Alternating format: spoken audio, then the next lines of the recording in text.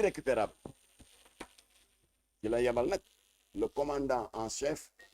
des forces armées célestes muy Seydina Jibril alayhi salaam chefu malaaka yi mu ànd ak un contingent de 70 000 anges ñu dem ronu dëkk ba ci croûte terrestre bi mu di Sodome et Gomorrhe textali ko de la croûte terrestre naaw ak dëkk ba ca kaw dëpp ko dóor ko ci suuf taal ko dëkk ba tàkk juróom-ñaar fukki guddi ak juróom-ñaar fukki bëccëg ba nekk dóom loolu la suñu borom def ci kattanam subhanahu wa taala borom kun fa yakun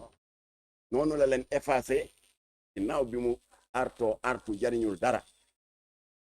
fa la mu yéeg ñoom foog ngeen xam ne foofu la ngóor jigéen jóge waaye nag alaaji Ibou Sakho ñun ba ñu nekkee xale maak maître maam Adama Gueye Abdoulatif Gueye bu daan def tafsir Quran fii ci juma ca dem dañ daan dem déglu ji moom dégg naa mu joxe une information complémentaire concernant la malédiction de Sodome et Gomorrhe nee na li ulamaaw tafsir yi fàtte mooy suñu borom ginnaaw bi mu leen joxee ces 3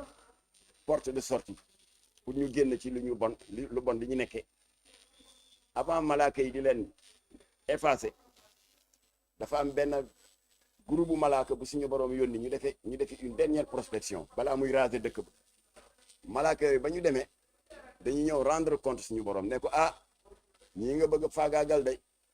gox sàngam am na ay kilifa yu fa nekk de guddeeg bëccëg ñu ngi lay sàbbal beneen malaaka ne ko gox sàngam kilifa sàngam nga fa ne toujours mu ngi lay wéetal gox sàngam Ibou Sakho ndeysaan ci waxinam ba explication yi bare suñu borom ne ñooñu ngeen may wax naan ñu ngi may jaamook ñu ngi nangam fan la ñu nekkoon bi jikko yi di yàqu bi dëkk bi di yàqu malaaka ni teg mu ne leen kon nattu wi na ngeen ko tàmbali ci ñoom foofu la suñu borom génne après di sang bu tedd Seydina Mohamed dikke aaya boobu daal di ne wattaqu fitnatan laa tusibanna allazina zalamu minkum xaasa mu ngi ci alquranul karim yéen jaam yi moytu leen sama mbugal boo xam ne bu ma koy dóor ci seen kaw du yem rek ci bopp ña ko créé kon ñun ñi toog fi yëpp ay naan waaw man duma ko def sama doom nekkul góor jigéen nekkul lii loolu génnuñu ci de suñu borom nee na bu wax jotee ña mën a wax te war a wax nañu wax pour que bu nattoom ñëwee xëy na bu boobaa mu mën a def xaaj ak seen voilà kon il fallait ngeen xam loolu pour ngeen mën a comprendre xadaru Abdou Karim Gueye contre ce fléau là ak Jamra parce que yàlla moo ko bañ suñu boroom moo criminalisé ngóor jigéen fukki yoon ak juróom benn ci alxuraan avant ñuy préparer suñu offensive bi nga xam ne le régime de Macky Sall rejeté woon na suñu proposition de loi ñu war a def benn daje bu mag yéen ñëpp a ngi koy fàttaliku dégg naa Blaise di ko rappeler léegi place de l'Obélisque pour wane suñu indignation ginnaaw bi la mafia APR Benno Bokk Yaakaar bloqué suñu proposition de loi alors l'imam Aboubacry Faye bu jamaati Ibadou Rahman dafa jaar kër ga nee ma Gueye on va vers une offensive historique te dafa am solo ci communication bi indil ma am nga téere alxuraan ma ne ko waaw mu ne indil ma ko ma indi ko ñu tëju maak Aboubacry Faye jamaatu Ibadou Rahman ñu tëju 1 heure de temps pour lay bañ a am ak ñu am firnde yu wér ne yàlla moo ko jëkk a criminalisé ñu daal di tàmbali maak Aboubacry Faye 4 heures de l'après-midi ba ñuy julli takkusaan di recenser ñu ngi ko tàmbalee Faatihatul Kitaab ba Liif Laam Miim Zaalika recensé nañ 16 fatwa bi suñu borom yëkkati bu gën a tar sa morom nga ne bii di ko dóor ci borom ñaari tur 16 criminalisation sooratul Tawba sooratul Anfal sooratul Naml sooratul Ankabut sooratul Anbiya yi le reste boo leen demee ci page Facebook Jamra di ngeen gis l'ensemble des 16 fatwa yi suñu borom yëkkati di ko dóor ci borom ñaari tur suñu mbokk catholique yi tamit kenn demul ñu des Blaise wax na ko léegi Blaise ma complété sa information boo demee ci Ancien Testament téere ba ñuy wax Lévitique chapitre 18 verset 22 suñu borom wax na fa la mu wax ci alquran parce que bible bi moo jëkk a wàcc ci alquran chapitre 18 verset 22 ci Lévitique suñu borom nee na coucher avec un homme comme on couche avec une femme est une abomination kon nag 98% des croyants de ce pays catholiques et musulmans confondus ñu ngi sukkandiku ci ay textes sacrés qui ont eux-mêmes criminalisé l'homosexualité waa nga jóg taxaw naan c'est toléré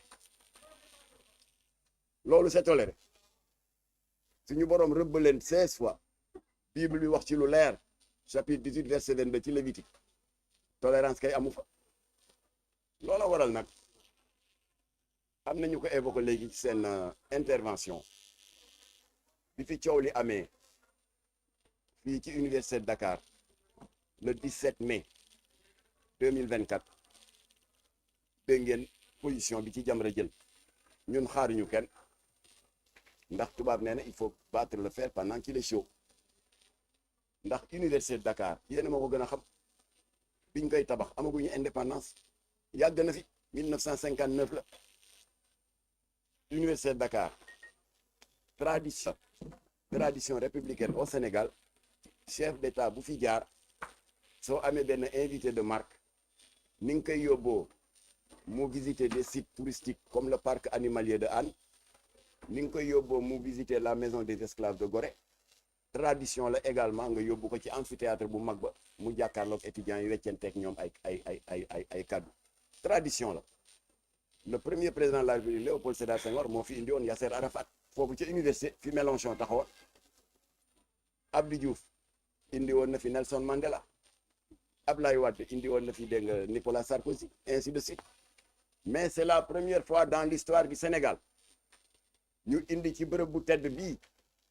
nga xam ne li ko tax a jóg mooy ubbi dënnu étudiants yi jëmbat ci seen xel ak ci seen xol xam-xam ak jikko yu baax c'est la première fois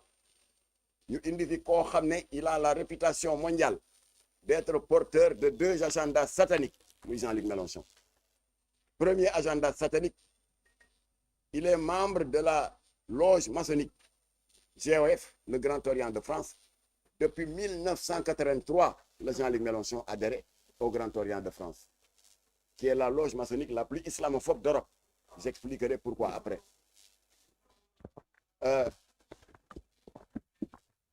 1983 à titre de rappel mooy année bi ñu créé Jamra février 83 ça fait 42 ans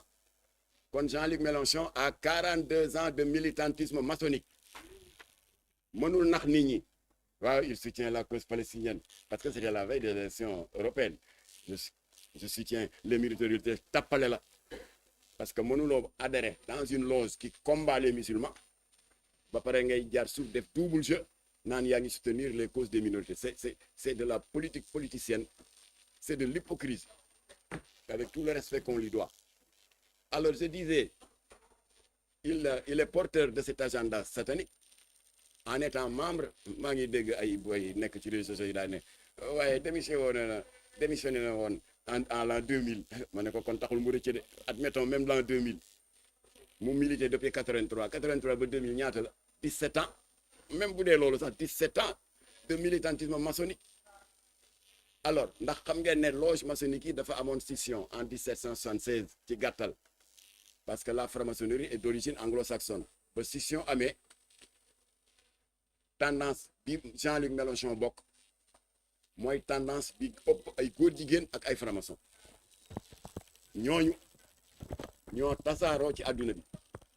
une loge très puissante avec ses 50 000 membres et ses 12 000 loges réparties à travers le monde c'est la loge maçonnique la plus islamophobe ndax ñan ñooy bàkkoo ne